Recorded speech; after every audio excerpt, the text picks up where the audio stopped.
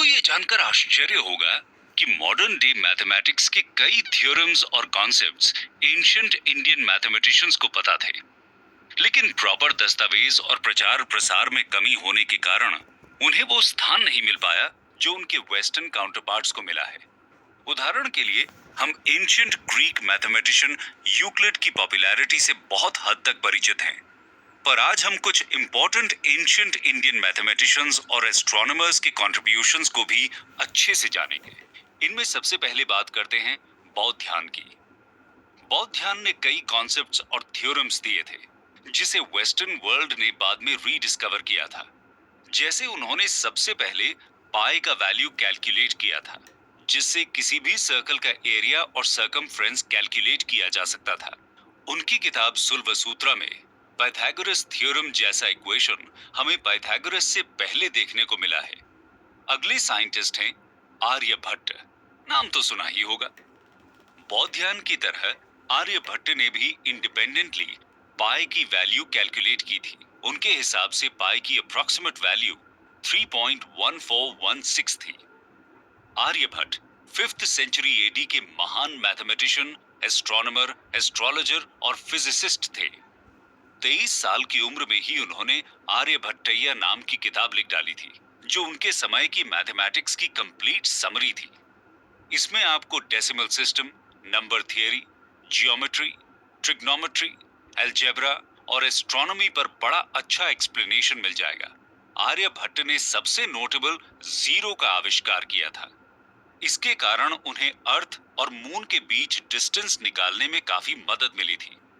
Space science में आर्यभट्ट ने हमारे सोलर सिस्टम के बारे में बहुत इंपॉर्टेंट हाइपोथेसिस दिए थे, जो बाद में चलकर सच साबित हुए थे।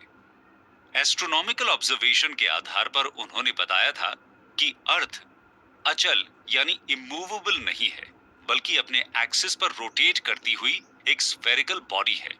उन्होंने हीलियोसेंट्रिज्म का भी कॉन्सेप्ट दिया था, जिसके अनुसार सभी प्लैनेट्स सूर्य का चक्कर लगाते हैं। इसके अलावा उन्होंने सोलर और ल्यूनर इक्लिप्स का साइंटिफिक एक्सप्लेनेशन भी दिया था, जिसके बाद लोगों को पता चला कि इक्लिप्स राहु केतु या किसी राक्षस या डीमन का काम नहीं होता है। उनके इन्हीं महान कॉन्ट्रीब्यूशंस के लिए 1975 में लॉन्च हुए भारत के पहले सैटेलाइट का नाम आर्यभट्ट रखा गया था।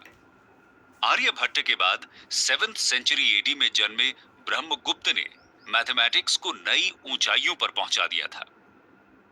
आइए जानते हैं ब्रह्मगुप्त के बारे में। ब्रह्मगुप्त का मल्टीप्लिकेशन करने का मेथड आज के मल्टीप्लिकेशन मेथड से काफी सिमिलर था। उन्होंने मैथ्स में जीरो से रिलेटेड ऑपरेशंस इंट्रोड्यूस किए थे और साथ ही उन्होंने ब्रह्म स्फुट सिद्धांतिका नामक बुक भी लिखी थी, जिससे अरब्स को इंडियन मैथमेटिकल सिस्टम्स का पता चला था। इस किताब में कई मेजरिंग इंस्ट्रूमेंट्स का भी मेंशन है, जिससे उस समय के एस्ट्रोनॉमर्स रीडिंग लिया करते थे। हमारे अगले मैथमेटिशियन हैं भास्कराचार्य। आइए अब जानते हैं भास्कराचार्य के बारे में। ब्रह्मगुप्त से 500 साल बाद 12th सेंचुरी एडी में जन्मे भास्कराचार्य उस समय के लीडिंग मैथमेटिशियन हुआ करते थे। उनका जन्म कर्नाटका के बीजापुर डिस्ट्रिक्ट में हुआ था। उन्होंने सिद्धांत शिरोमणि नाम से एक फेमस बुक लिखी थी, जिसमें 4 सेक्शंस थे। लीलावती यानी अरिथमेटिक, बीजगणित यानी अलजेब्रा, गोलाध्याय यानी स्फीयर और ग्रह गणित यानी mathematics of planets. 19th century में जेम्स टेलर ने लीलावती सेक्शन का इंग्लिश ट्रांसलेशन किया था, जिससे पूरी दुनिया को भास्कराचार्य के ब्रिलियंट मैथमेटिकल कॉन्सेप्ट्स का पता चला था। उन्होंने अलजेब्रिक इक्वेशन सॉल्व करने के लिए साइक्लिक मेथड इजाद किया था, जिसे यूरोपियंस ने बाद में इनवर्स साइक्लिक मेथड नाम से पॉपुलराइज किया। इसके अलावा जैन गुरुओं ने भी मैथमेटिक्स के फील्ड में बहुत योगदान दिया था।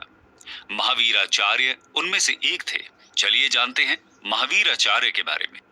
महावीराचार्य ने 850 एडी में गणित सार संग्रह लिखा था, जो आपको आज की अलजेब्रा टेक्स्ट बुक से काफी मिलता जुलता लगेगा। उन्होंने जॉन नेपियर के एलसीएम निकालने के मेथड से बहुत पहले एलसीएम निकालने का मेथड इजाद कर लिया था। मैथ्स और एस्ट्रोनॉमी के साथ साथ एंशिएंट इंडियंस ने साइंस के फील्ड में भी